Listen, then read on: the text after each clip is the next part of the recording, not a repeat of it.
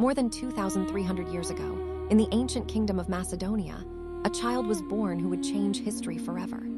His name was Alexander, the son of King Philip II and Queen Olympias.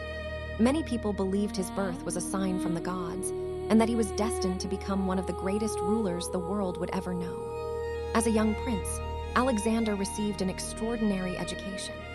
His teacher was Aristotle, one of the greatest philosophers in history. Under Aristotle's guidance, Alexander studied science, philosophy, politics, geography, literature, and military strategy. These lessons shaped his brilliant mind and prepared him for a future filled with challenges and victories. When Alexander was only 13 years old, he amazed everyone by taming a wild horse named Bucephalus. Experienced horse trainers had failed to control the animal, but Alexander noticed that the horse was frightened by its own shadow.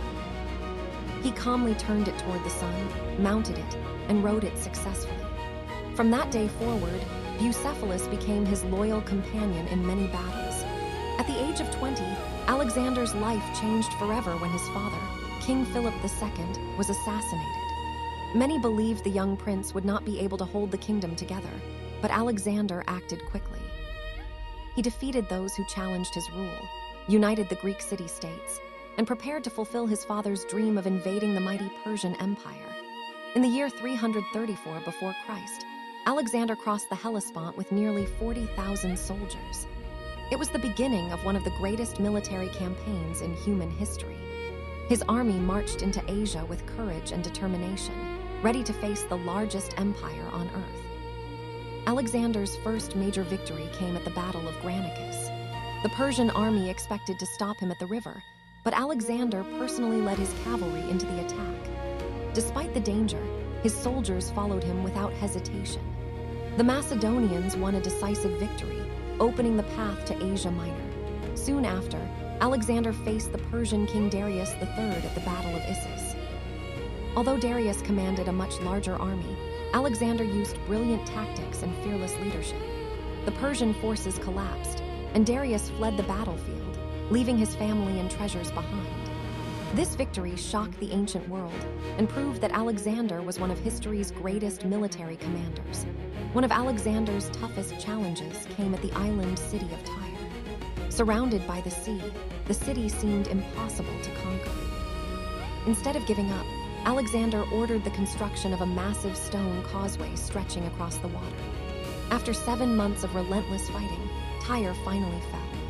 The victory demonstrated his determination and willingness to achieve what others believed was impossible.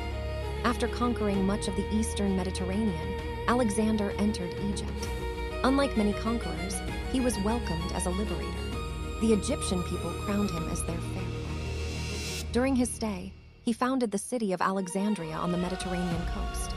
Over time, Alexandria became one of the greatest centers of learning, trade, and culture in the ancient world. Standing beside the sea, Alexander carefully planned the city's streets and harbors. He dreamed of creating a place where people from different cultures could meet, trade, and share knowledge. His vision turned Alexandria into one of the most famous cities in history. In 331 before Christ, Alexander fought the most important battle of his life at Gaugamela. Once again, he faced King Darius III and a massive Persian army. Despite being heavily outnumbered, Alexander's brilliant strategy broke through the enemy lines. Darius fled for the second time, and the Persian Empire collapsed. Alexander had become ruler of the largest empire the world had ever seen. Following this victory, Alexander entered the magnificent city of Persepolis, the capital of Persia. The city's grand palaces and incredible treasures symbolized the wealth of the Persian Empire. Alexander's empire now stretched from Greece and Egypt across Persia and deep into Central Asia. But Alexander's ambition did not end there. He continued marching east until he reached ancient India. There, his army faced fierce warriors, difficult terrain, heavy rains, and powerful war elephants. Although Alexander won important victories, his exhausted soldiers refused to march any farther. For the first time in his life, Alexander accepted that even the greatest leader must sometimes listen to his people. On the journey back, Alexander returned to Babylon. Soon after arriving, he became seriously ill with a high fever. After several days of suffering, he died in the year 323 before Christ at only 32 years of age. Historians still debate the exact cause of his death, making it one of history's greatest mysteries. Although Alexander's life was short, his achievements changed the world forever. He never lost a single battle.